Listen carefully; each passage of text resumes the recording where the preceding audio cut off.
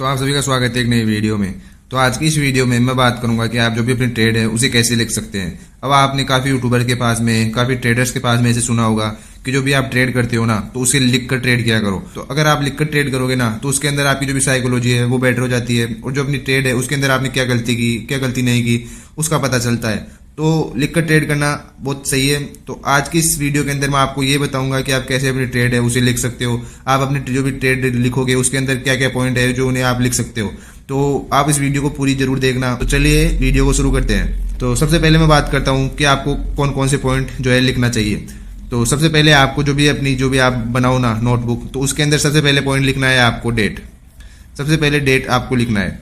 तो डेट अब आप ऐसे पूछोगे डेट, तो डेट तो वैसे लिखना जरूरी है, क्योंकि आप अगर डेट नहीं लिखोगे तो आपको पता नहीं चलेगा कि आप कौन से तारीख को आपने ट्रेड ली, आपने कब ट्रेड ली, आपको कुछ भी नहीं पता चलेगा। जैसे कि अगर आपने 1 तारीख को आपने ट्रेड ली तो आपने उसमें लिख लिया कि आपने 1 तारीख को ट्रेड ली। अब आपने फिर 1 ही तारीख को ट्रेड ली तो आपने उसको भी लिख लिया। अब फिर आपने 1 तारीख को ट्रेड ली, आपने इनको लिख लिया।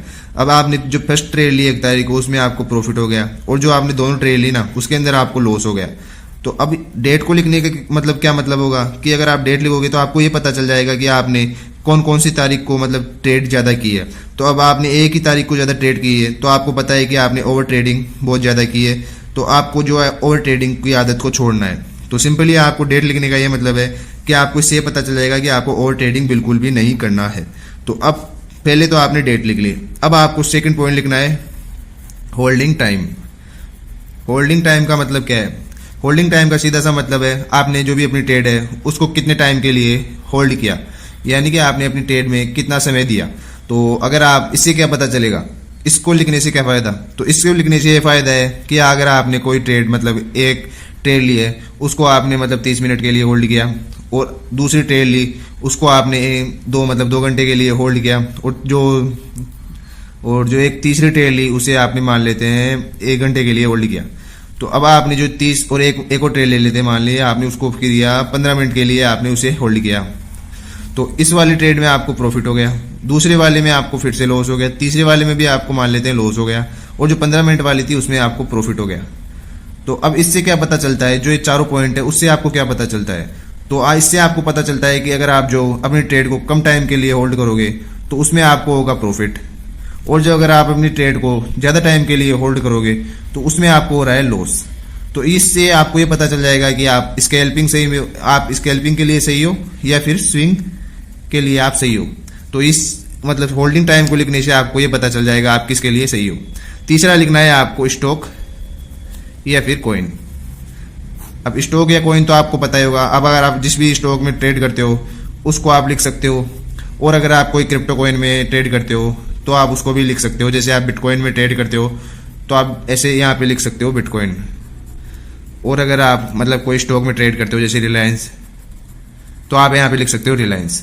अब चौथा पॉइंट है अमाउंट, कितने अमाउंट से आपने ट्रेड की। अब अमाउंट लिखना क्यों जरूरी है? अब अगर आप अमाउंट लिखोगे, यानी कि आपने मान लेते हैं आपने पहली ट्रेड ली 10,000 रुपए से, तो इसको आपको लिख लेना है। फिर आप मान लेते हैं आपने जो है दूसरी ट्रेड की वो की 20,000 रुपए से, फिर आपने तीसरी ट्रेड की 30,000 रुपए से। तो इससे आपको क्या पता चलेगा? इससे यानी कि अब आप 1,000 रुपए से ट्रेड करोगे तो उस पर आपको प्रॉफिट होगा या लॉस होगा वो आप लिख लोगे। तो अब यहाँ पे आप देखोगे कि आपने पहली तो 1,000 रुपए से ट्रेड की तो वो तो मान लेते सही है, लेकिन आपने उसकी जो दूसरी ट्रेड है उसके अंदर आपने जो अपना कैपिटल है वो बढ़ा दिया, और तीसरी ट्रेड के अंदर आपने जो अपना कैपिटल है उसको और भी ज्यादा बढ़ा दिया। तो अब आप यहाँ पे क्या गलती कर रहे हो? आप अपना जो भी कैपिटल है वो एक ट्रेड के बाद में बढ़ाते जा रहे हो।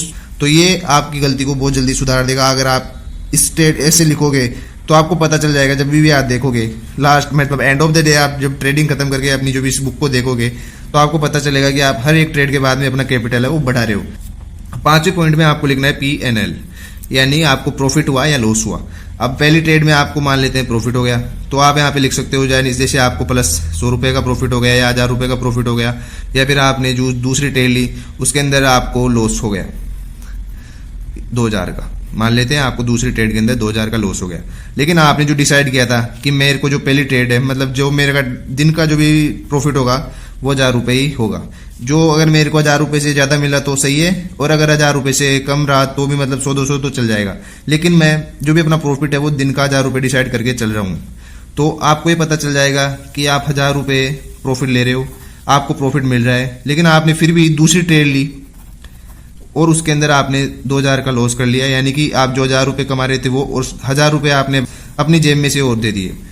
तो आपको ये पता चल जाएगा कि आपने जो डिसाइड किया था वो मिलने के बाद भी आप ट्रेडिंग करते जा रहे हो और उसके अंदर लॉस करवाते जा रहे हो। तो आपको ये पता चल जाएगा, आपको जो आप यहाँ पे PNL लिखोगे ना, उससे पता चल जाएगा आपने जो 1000 रुपये का प्रॉफिट हुआ वो लिख लिया।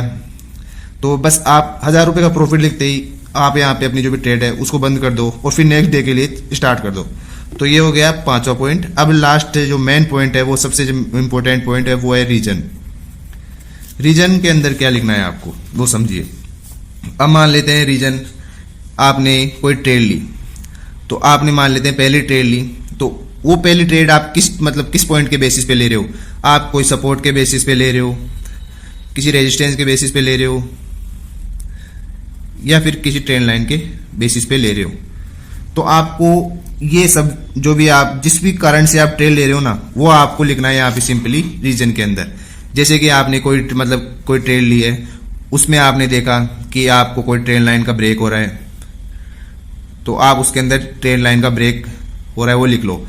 अब आपने एक और ट्रेड ले ली, वो ले लिया आपने टेलीग्राम ग्रुप से या फिर किसी टिप से, उसके अंदर लॉस हो गया वो, और फिर आपने उसी कारण से आपने फिर से टेलीग्राम से आपने फिर ट्रेड ली और फिर भी उसमें लॉस हो गया। तो अब आपको यहाँ पे क्या पता चल रहा है कि जो भी आप टेलीग्राम टिप्स से या किसी भी टिप से आप जो ट्रेड ले रहे हो ना, आपको सिर्फ उसमें लॉस ही लॉस हो रहा है।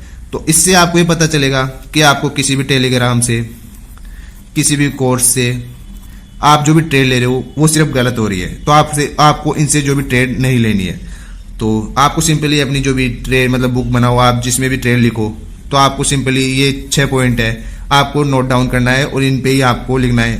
तो अगर आपको इनमें से कोई पसंद ना आए तो आप अपनी तरफ से भी ऐड ऑन कर सकते हो। तो वैसे आप आज की वीडियो यहीं तक। अगर वीडियो पसंद आई हो तो इसे एक लाइक जरूर कर देना।